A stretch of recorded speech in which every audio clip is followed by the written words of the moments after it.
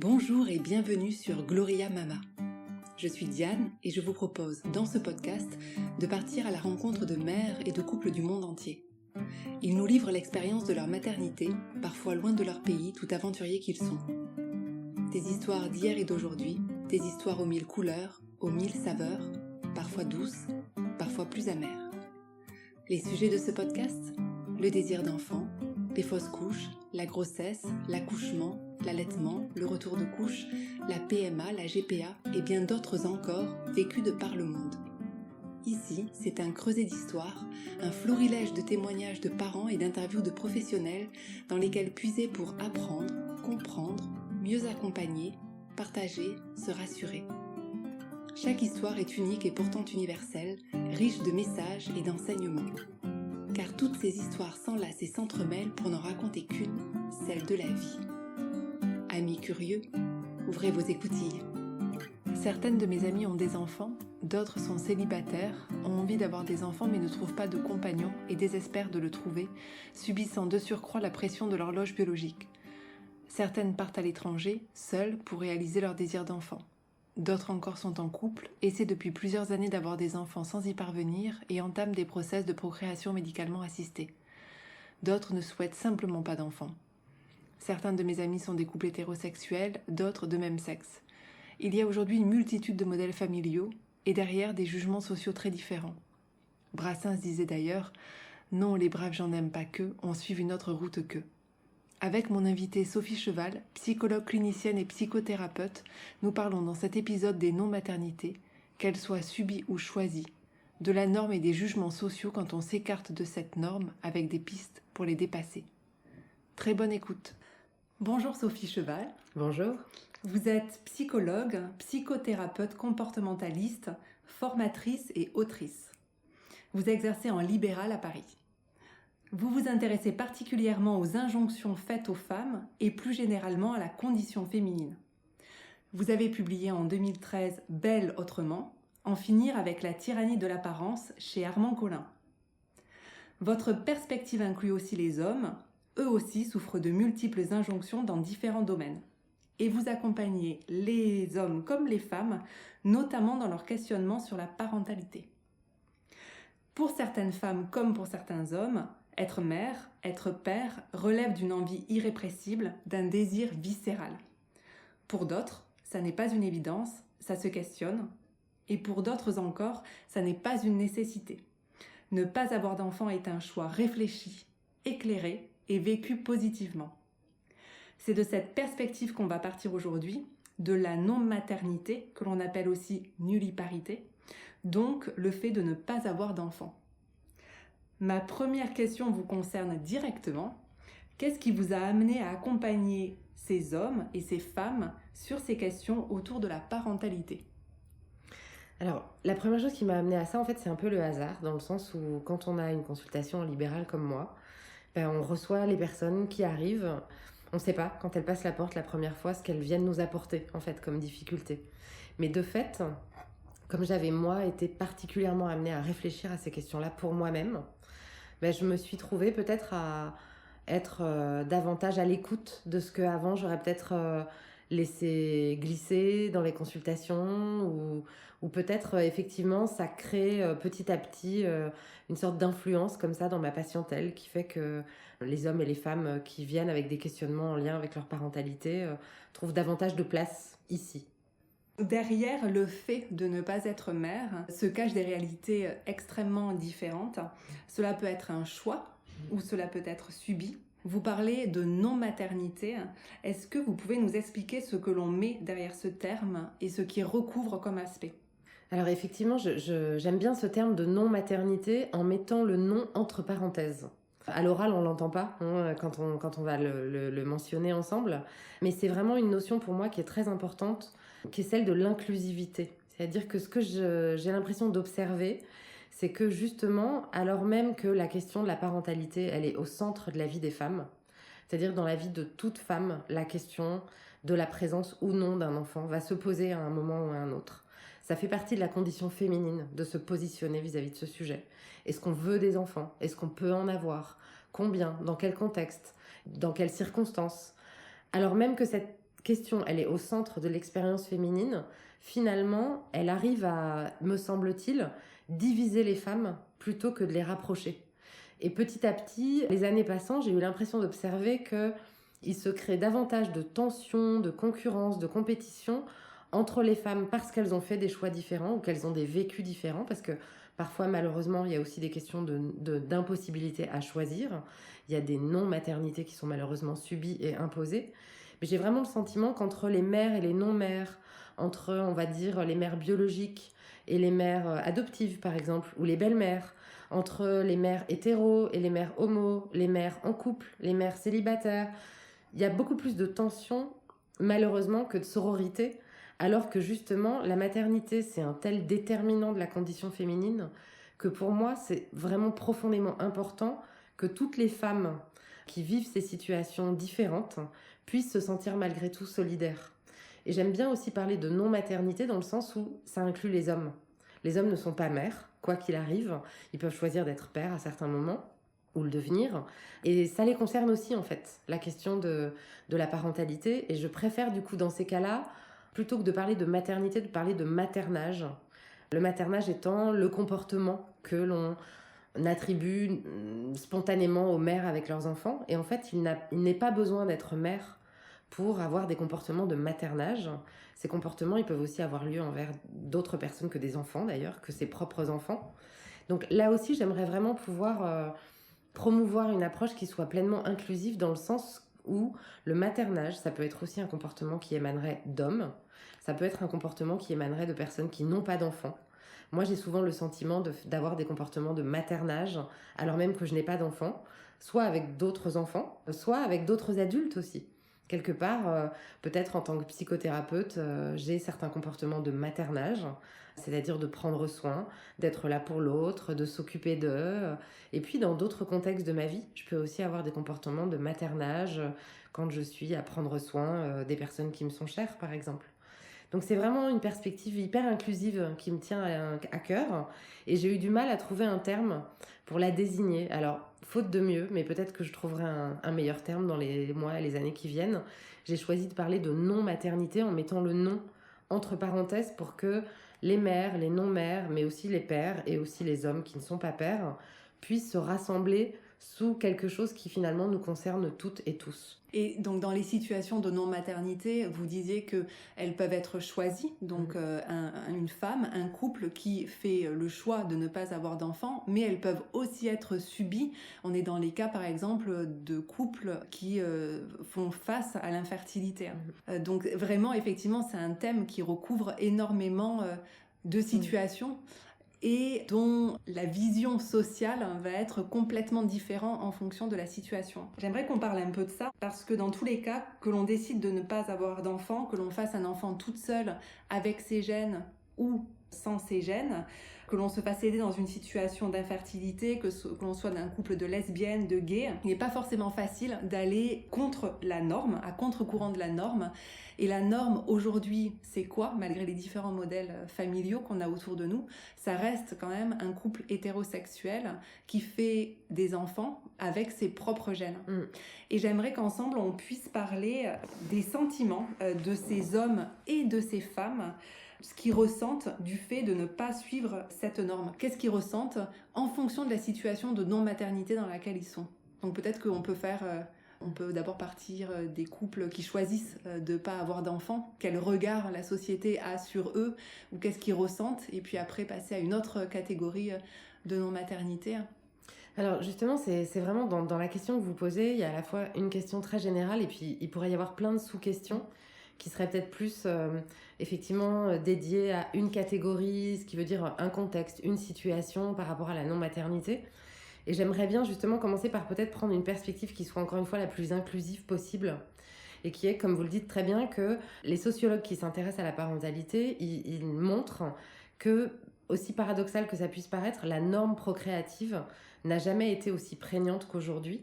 C'est-à-dire qu'on est vraiment dans une situation paradoxale où plus les formes alternatives de maternité, de parentalité, on va dire, parce que encore une fois, ça ne concerne pas que les femmes, plus elles se multiplient, ces formes nouvelles de parentalité, plus la norme procréative se rigidifie, plus on nous fait comprendre que la manière la plus socialement désirable de faire des enfants, c'est effectivement d'être un couple hétérosexuel durable, dans lequel le premier enfant arrive avant que madame ait 40 ans, dans lequel par ailleurs monsieur assure les ressources suffisantes du foyer et dans lequel vont naître successivement un garçon puis une fille ou une fille puis un garçon, ce qu'on appelle encore aujourd'hui le choix du roi dans une perspective qui reste complètement médiévale en fait. Et alors si cette norme se rigidifie aujourd'hui alors que effectivement le nombre de parentalités se diversifie profondément et qu'il y a par ailleurs, vous le soulignez très bien, de plus en plus de situations de couples ou de personnes individuelles qui ne parviennent pas à avoir un enfant alors qu'elles en voudraient un, mais ça crée énormément de tensions entre toutes ces situations-là.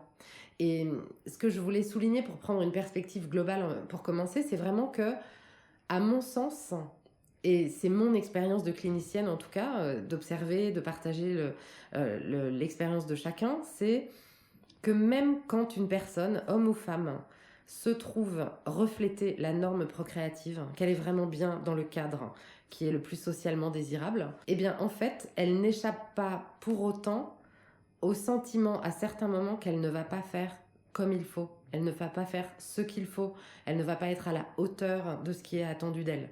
Ça fait beaucoup partie de ce qu'on fait ressentir aux femmes, cette hyper-responsabilité face à ce que ça veut dire d'être mère. Donc en fait, même les personnes qui reflètent cette norme procréative, elles peuvent vraiment vivre de la souffrance à certains moments dans leur parentalité, dans le sens d'avoir le sentiment de ne pas être suffisamment dans la norme.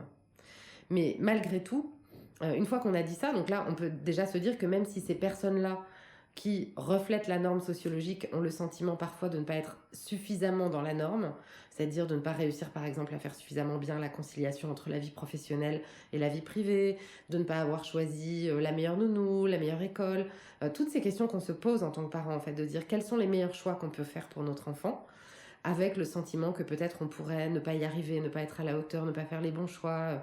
Il y a une pression de plus en plus énorme en fait qui pèse sur la parentalité. Toutes ces questions-là, quand on devient mère ou père, on est amené à les rencontrer. Et donc finalement, il y a beaucoup plus de vécu douloureux, de vécu de peur de ne pas être à la hauteur, de ne pas faire ce qu'il faut, en commun entre toutes ces parentalités différentes, qu'il n'y a finalement de vécu différents. Mais c'est vrai que la souffrance qu'une personne ou qu'un couple va rencontrer, par exemple dans une situation d'infertilité, ça va être important que toutes les personnes qui n'ont pas vécu ça, qui ont pu, elles, accéder à la parentalité de la manière qu'elle souhaitait, ça va être important que cette souffrance, elle puisse être prise en considération aussi par les autres.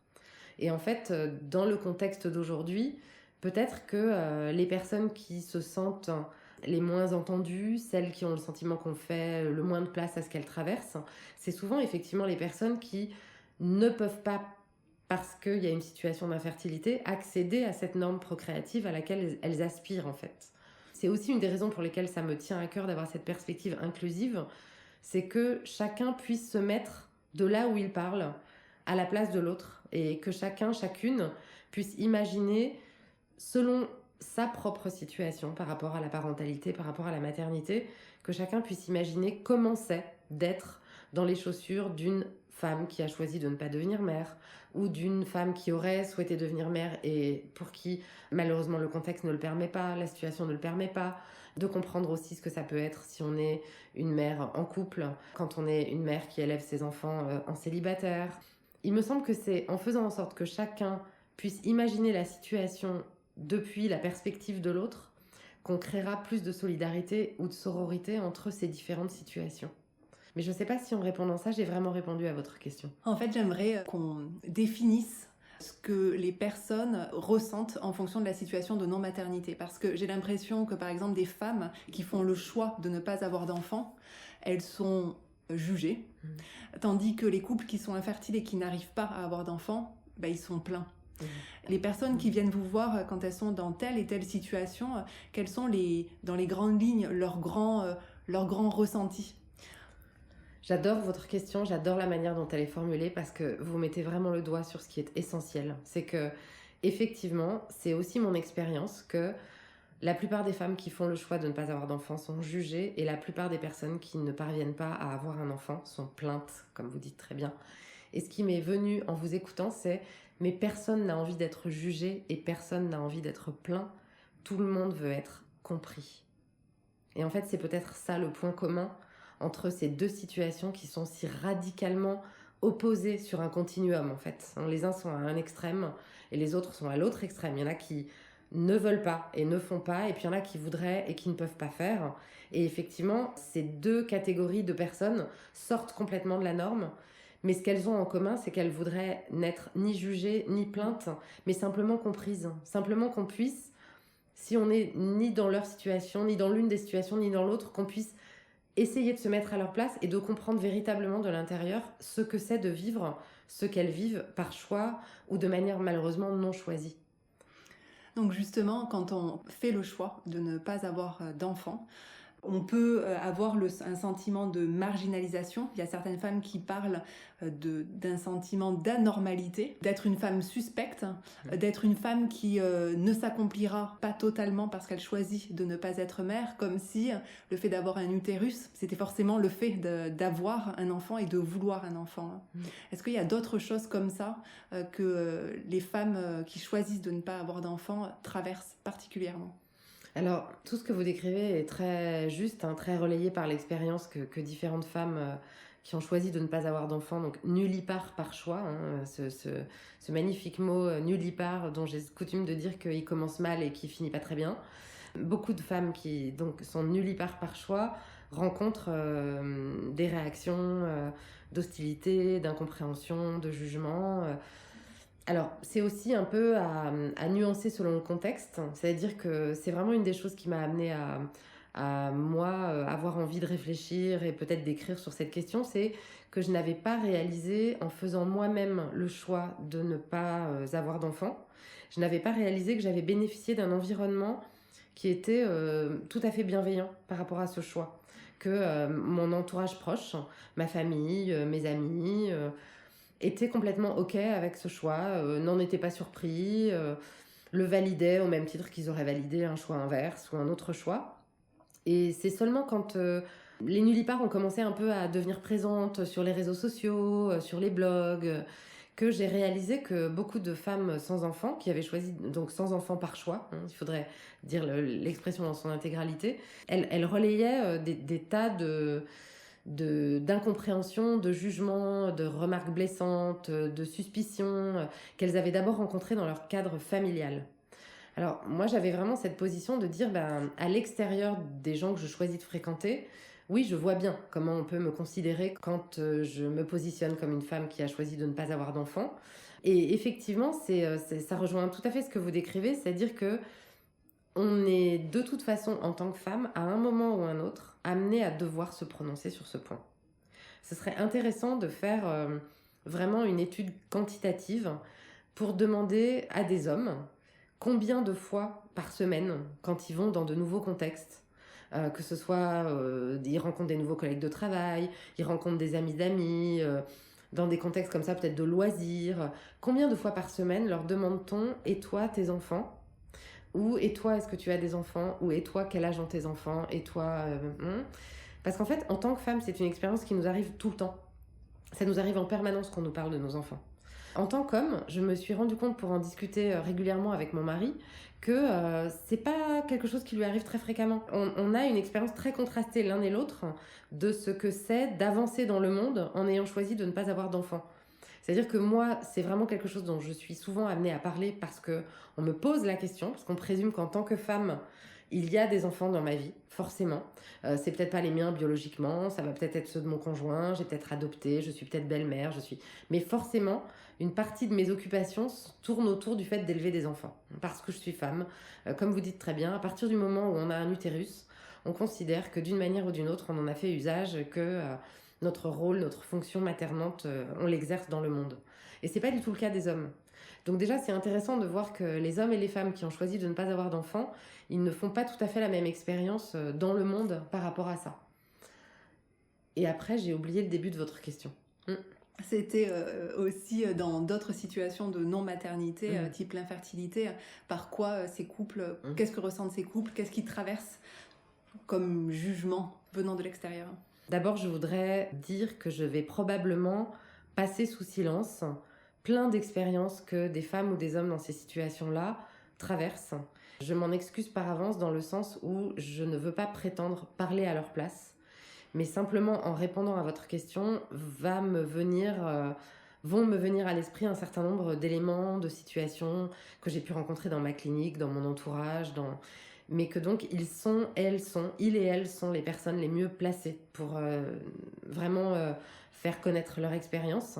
Ce que moi j'ai pu entendre ou observer, c'est vraiment que plein de configurations sont possibles. Que d'abord, c'est des choses qui sont difficiles à partager en société. Que ce qu'on m'a le plus rapporté, c'est vraiment que, précisément face à ce que je décrivais il y a un instant, qu'en tant que femme qui avance dans le monde, quand la question vous arrive, et elle vous arrive parfois d'une manière qui n'est pas « et toi tu as des enfants », mais « et toi tes enfants », ce qui rend immédiatement difficile de répondre à la question quand on n'en a pas et qu'on n'a pas choisi de ne pas en avoir. Déjà, c'est une première source de difficulté. C'est-à-dire, comment est-ce qu'on veut en parler, soi ? Et puis, comme toutes les choses douloureuses qui nous arrivent, on a souvent besoin d'un temps d'appropriation de cette expérience douloureuse, de comment on la vit pour soi-même avant d'être en mesure de la partager avec les autres. Mais j'ai l'impression que ce qu'on m'a le plus rapporté, c'est que justement, il y a un tel malaise qui est ressenti de la part des interlocuteurs quand on partage et qu'on arrive à, tant bien que mal, j'allais dire, faire état du fait qu'on n'a malheureusement pas pu avoir d'enfant alors qu'on en voudrait. Il y a un tel malaise en face que ça devient un peu comme une double peine.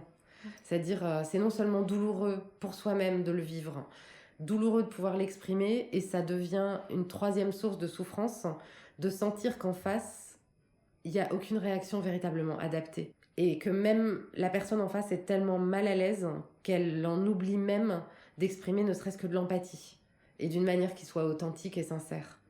Donc c'est vraiment des situations qui, je trouve, nous confrontent à ce qu'on peut observer dans d'autres contextes, quand on annonce qu'un proche est mort, quand on vous dit et toi, ton père, et que la réponse est moi, mon père, il est mort depuis longtemps, et qu'en face, il y a une sorte de oups, ou que la personne a vraiment le sentiment d'avoir mis les pieds dans un plat qui est vraiment parmi les plus grands tabous. Il y a des grands tabous comme ça, la mort est un grand tabou, le fait de ne pas avoir d'enfant ou d'avoir perdu un enfant. Parce que ça aussi, ça fait partie des choses que parfois, ce sont des expériences qui existent et on peut se trouver à devoir les partager socialement. Et là, effectivement, socialement, dès qu'on sent qu'on met comme ça les pieds dans le plat d'un énorme tabou, malheureusement, on a une réaction très peu adaptée, alors que ce dont la personne aurait besoin quand elle partage ça, c'est de la sororité, de l'empathie, de la chaleur, de la bienveillance. Mais on est souvent soi-même un peu dans ses propres chaussures à se dire « Oups, j'ai vraiment mis les pieds dans le plat, là, comment je vais me dépatouiller de cette situation, shame on me ». Souvent on s'en veut beaucoup et en fait c'est pas le point quoi. C'est-à-dire le point c'est que l'autre il est en train de nous dire quelque chose de douloureux et ce serait tellement mieux si on pouvait simplement avoir une attitude ouverte en disant qu'on est désolé d'avoir mis sur le tapis un sujet si douloureux. Mais ça montre bien qu'effectivement tant qu'on continuera à se permettre de demander aux femmes finalement quelle est leur intimité, parce que avoir des enfants ou pas, en vouloir ou pas, pouvoir en avoir ou pas, c'est des questions qui sont profondément personnelles, mais dès qu'il s'agit des femmes, on considère que finalement leur vie publique, elle a à connaître de ça, alors qu'un homme, on ne va pas lui poser la question. Donc finalement, ce sont quand même particulièrement les autres qui nous font ressentir ces situations-là. Une fois que nous, on a digéré cette propre situation et qu'on est en paix avec elle, la société, notre entourage, notre famille peut avoir des propos tout à fait délétères. Mais j'aimerais maintenant qu'on parle du personnel soignant et de voir quelle réaction le personnel soignant peut avoir en fonction des différents cas de non-maternité. Vaste sujet. J'espère qu'on arrivera à le clore sans qu'on soit encore là toutes les deux demain matin dans 24 heures. C'est vraiment un sujet qui me tient beaucoup à cœur parce qu'effectivement, je disais tout à l'heure que j'avais eu la chance de bénéficier d'un contexte ultra bienveillant sur mon choix de ne pas devenir mère dans mon contexte personnel. En revanche, quand j'ai eu affaire au personnel soignant et médical, les choses ont été radicalement différentes. C'est vraiment quelque chose que personne n'arrive à prendre avec du crédit quand vous dites que vous n'avez pas choisi d'avoir d'enfant. Et alors j'ai essayé plusieurs formulations. J'ai essayé aussi « nous avons choisi de ne pas avoir d'enfant » avec mon conjoint pour bien montrer que c'est un choix de couple. On peut faire des choix de couple qui sont différents et que je me disais que peut-être si j'associais mon conjoint au fait que c'était un choix qu'on avait fait à deux, j'allais m'épargner un peu de toutes les stigmatisations sur les femmes qui sont folles, sur hystériques, égoïstes, immatures, enfin... Carriériste. Carriériste. Au passage, tous ces qualificatifs qui ne sont jamais des défauts chez les hommes, seulement chez les femmes, bien sûr. Alors je pensais qu'en associant mon conjoint à mon choix, j'allais m'épargner un certain nombre de stéréotypes, mais ça n'a malheureusement pas été le cas. C'est-à-dire que c'est très compliqué pour le personnel médical dans le domaine de la gynécologie, le plus souvent, de vraiment prendre acte du fait que vous avez décidé de ne pas avoir d'enfant, que ce choix est le vôtre, qu'a priori il est irrévocable, ou qu'en tout cas si un jour vous décidez de le remettre en cause, vous le ferez comme une grande, j'ai envie de dire, par vous-même. Et du coup, il y a vraiment énormément de petites insinuations, de comportements aussi qui sont des comportements qui vont à l'encontre du libre choix. Je vais prendre un exemple vraiment très... qui est un peu sur l'extrême inverse du continuum par rapport aux fausses couches, qui est un de vos sujets, le sujet qui vous tient à cœur. Mais sur l'autre bout du continuum, on a l'interruption volontaire de grossesse, quand on choisit d'interrompre une grossesse parce qu'on ne souhaite pas la mener à terme.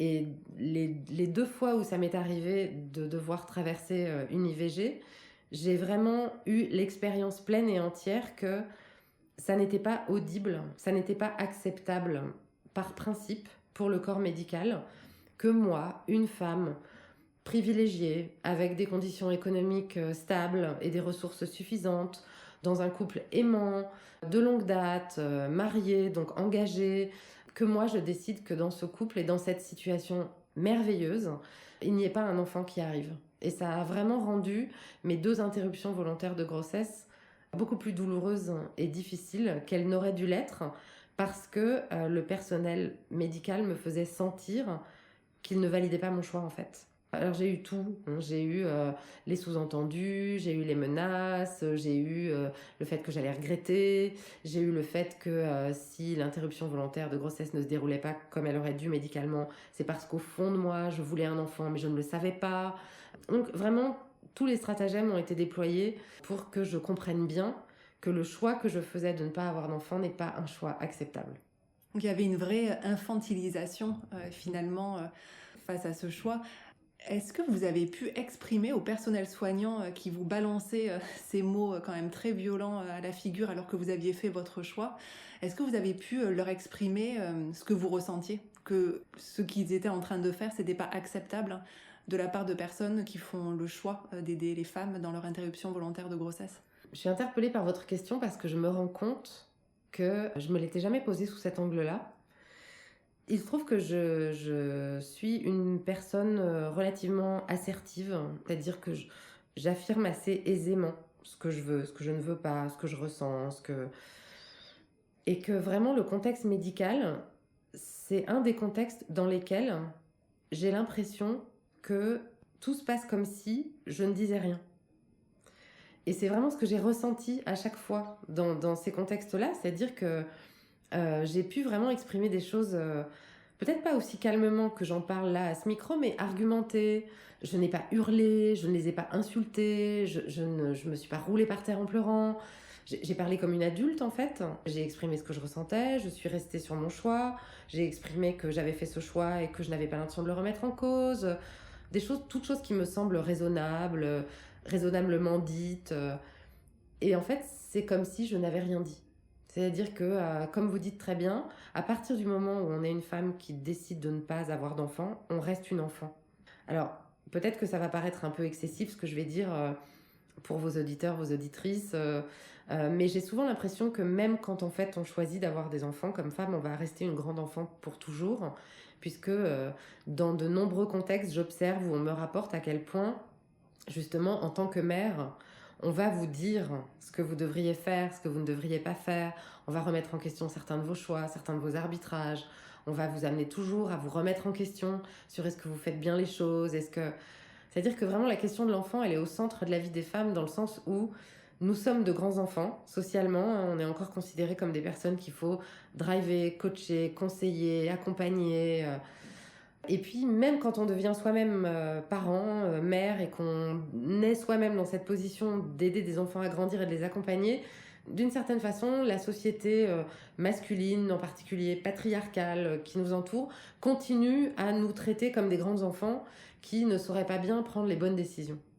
Donc vous avez eu ce sentiment-là, même en tenant un discours calme et argumenté, de rester une grande enfant. Oui, absolument. Et est-ce que, avec les expériences que vous partagent vos patients, est-ce que quand on est dans d'autres démarches, donc par exemple dans des démarches de PMA avec ses propres gènes ou dans des démarches de PMA à double don, est-ce que le personnel soignant a du coup une attitude plus favorable ?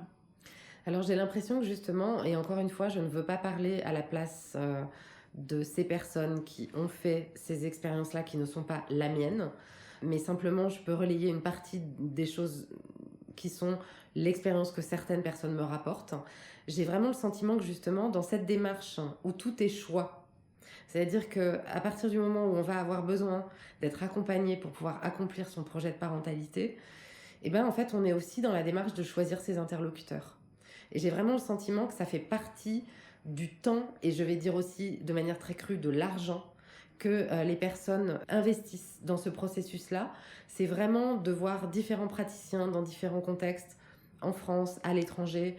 C'est pas un tabou que de le dire, tout le monde sait que ça se passe comme ça. Et que du coup, ça va vraiment faire partie aussi du plein choix et du libre choix des personnes de, finalement, on pourrait dire presque, travailler avec les personnes avec lesquelles, justement, elles vont sentir que le contact passe bien, que leur projet leur appartient, que la personne sera là pour les accompagner en fonction de critères qu'elles auront elles-mêmes choisis. J'ai l'impression que c'est ce qui fait beaucoup partie de l'empowerment des personnes qui traversent ça. Je crois qu'il y a une traduction pour ce mot maintenant qui doit être empuissancement. J'ai l'impression que les Québécois ont cherché une traduction à empowerment, qui est vraiment le fait de sentir qu'on a le propre pouvoir d'action dans une situation. J'ai l'impression que les personnes qui traversent ces démarches d'assistance médicale à la procréation, justement parce qu'elles sont dans des démarches de choisir avec qui elles vont travailler, du coup comment elles vont faire ces démarches-là, elles ont ce sentiment qu'elles se donnent le pouvoir, et on leur donne aussi le pouvoir de faire leur propre choix. Quand on parle de fausse couche, quand on parle d'interruption volontaire de grossesse ou de procréation médicalement assistée, ça peut être des projets seuls ou ça peut être des projets en couple.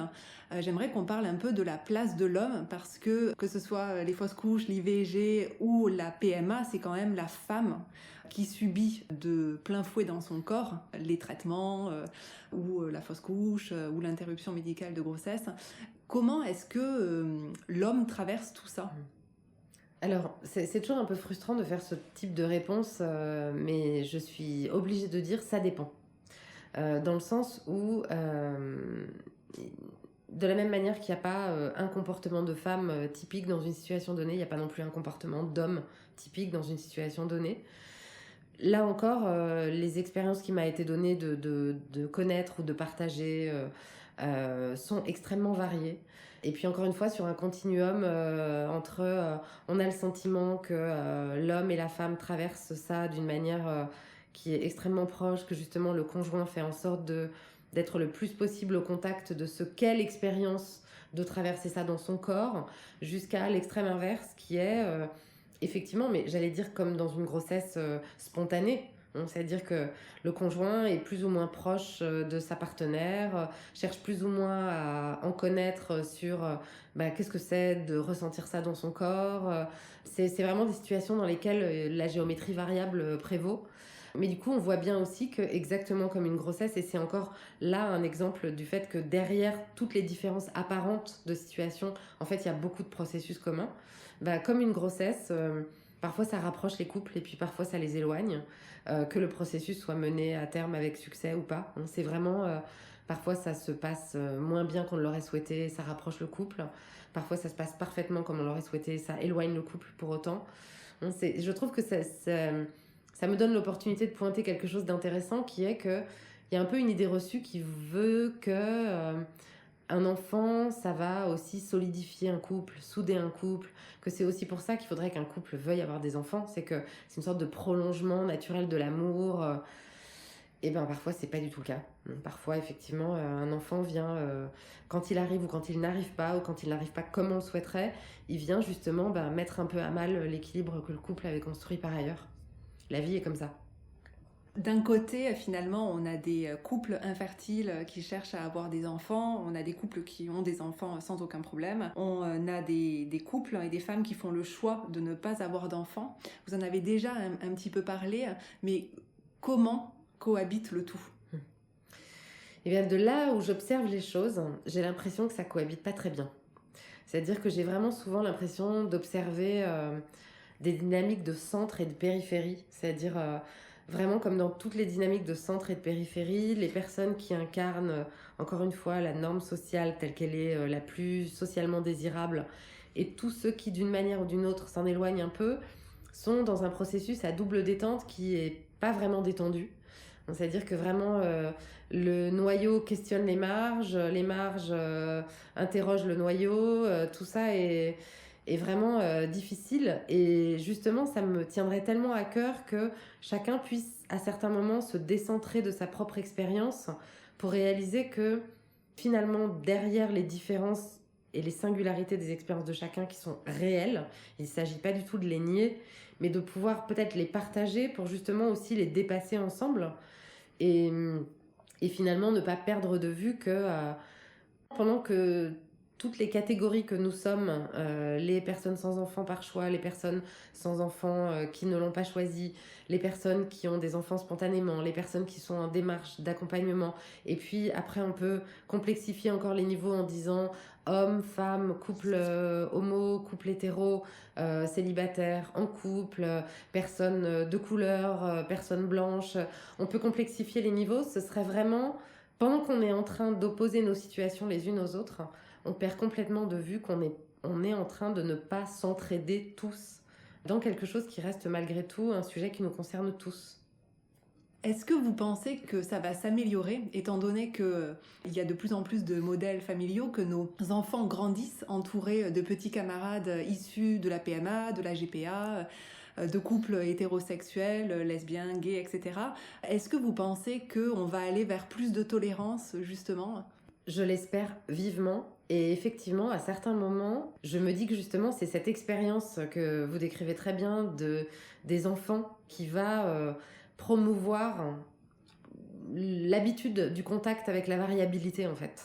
Quand moi, j'étais enfant, dans ma classe, dans mes classes, les enfants de parents divorcés étaient une minorité. Et aujourd'hui, c'est un peu l'inverse qui se produit. Rien que cet exemple-là.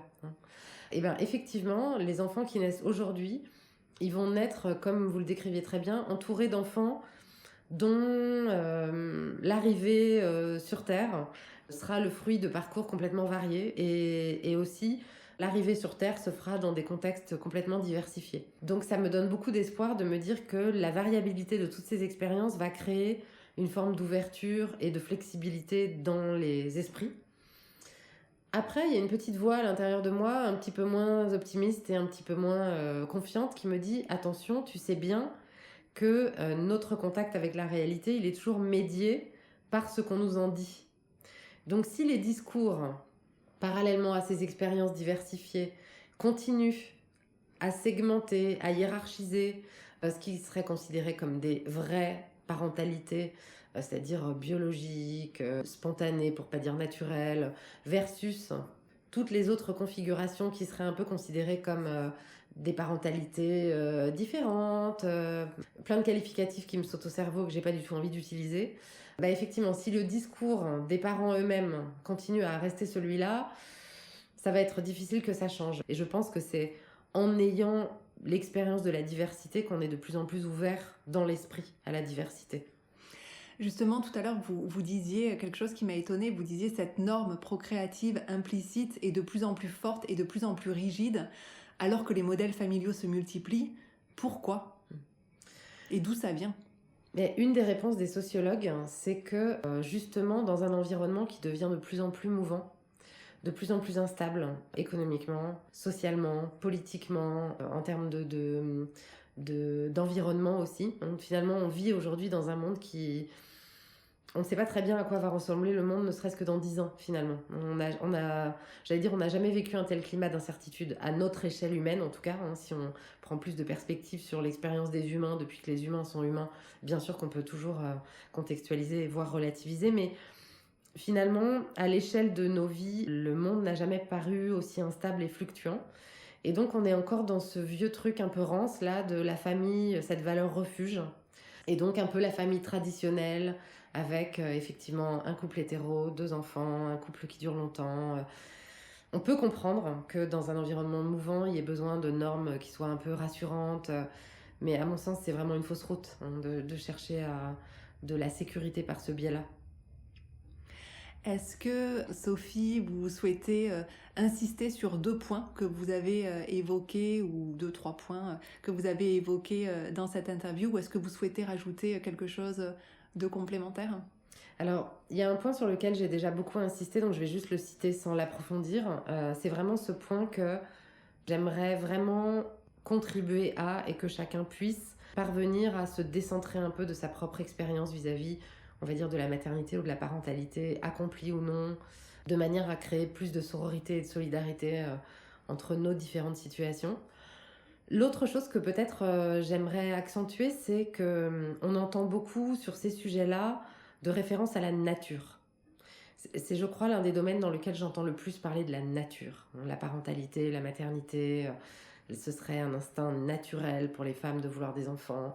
Et alors, il y aurait des enfants naturels, biologiques, versus tous ces trucs un peu médicaux, tous ces trucs qui sont pas complètement hétéros, ce serait pas complètement naturel, tout ça. Bon. C'est vraiment des discours contre lesquels j'ai envie de mettre en garde, dans le sens où ça me paraît important de garder à l'esprit que la notion même de nature est une construction sociale. Qu'il n'y a rien de naturel dans nos comportements depuis bien longtemps, si tant est qu'il n'y ait jamais eu quoi que ce soit de naturel. Parce qu'en fait, ce qu'on considère comme naturel, en se référant souvent à des temps passés où on vivait dans des cavernes, et où tout ça, ce sont des constructions sociales qui sont historiquement situées. Et du coup, je me disais que peut-être ça pourrait aider en particulier les femmes qui souhaitent accéder à la maternité et qui sont dans des contextes un peu atypiques, de connaître un peu cette perspective historique. Et je voulais citer le livre d'histoire de Patricia Ménissier qui s'appelle « Être mère » et qui étudie le phénomène de la maternité du 18 au 21e siècle. Et en lisant ce livre, j'ai été vraiment extrêmement frappée de voir que la mère idéale qu'on nous vend aujourd'hui n'est pas du tout la même que celle du 18e siècle ou du 19e siècle, qu'à certains moments de l'histoire, c'était vraiment considéré comme extrêmement vulgaire, y compris pour les femmes du peuple, d'élever elles-mêmes leurs propres enfants. Ça ne se faisait pas du tout. On confiait les enfants à des nounous. Et puis, dans l'histoire, ça a fluctué. Soudain, on a considéré que ça devenait vraiment tellement plus glamour, et bien sûr dans l'intérêt de l'enfant, tellement mieux que les femmes élèvent elles-mêmes leurs enfants. Et du coup, je me disais que si j'avais été mère, lire ce livre m'aurait vraiment fait du bien, parce que ça m'aurait permis de me sentir finalement peut-être plus à même de me légitimer dans ma manière d'être mère, puisque de toute façon, à un moment de l'histoire, il y aura toujours quelqu'un pour considérer que ce que je fais, c'est pas ce qu'il faut faire. Donc voilà, je veux bien finir sur ce point. Merci beaucoup, Sophie Cheval, de m'avoir accordé cette interview. Merci. Avec grand plaisir. Merci à vous, Diane. Si vous avez aimé cet épisode, n'hésitez pas à le partager et à mettre 5 étoiles sur iTunes et un commentaire. Cela prend peu de temps et cela m'aide beaucoup, alors merci énormément à celles et ceux qui le feront. Pour le prochain épisode, on part à la rencontre de Bertrand et Mathieu, un couple gay qui a justement fait un pied de nez à la norme en partant à l'étranger pour avoir un enfant, grâce à la GPA, la gestation pour autrui. À très vite sur Gloria Mama.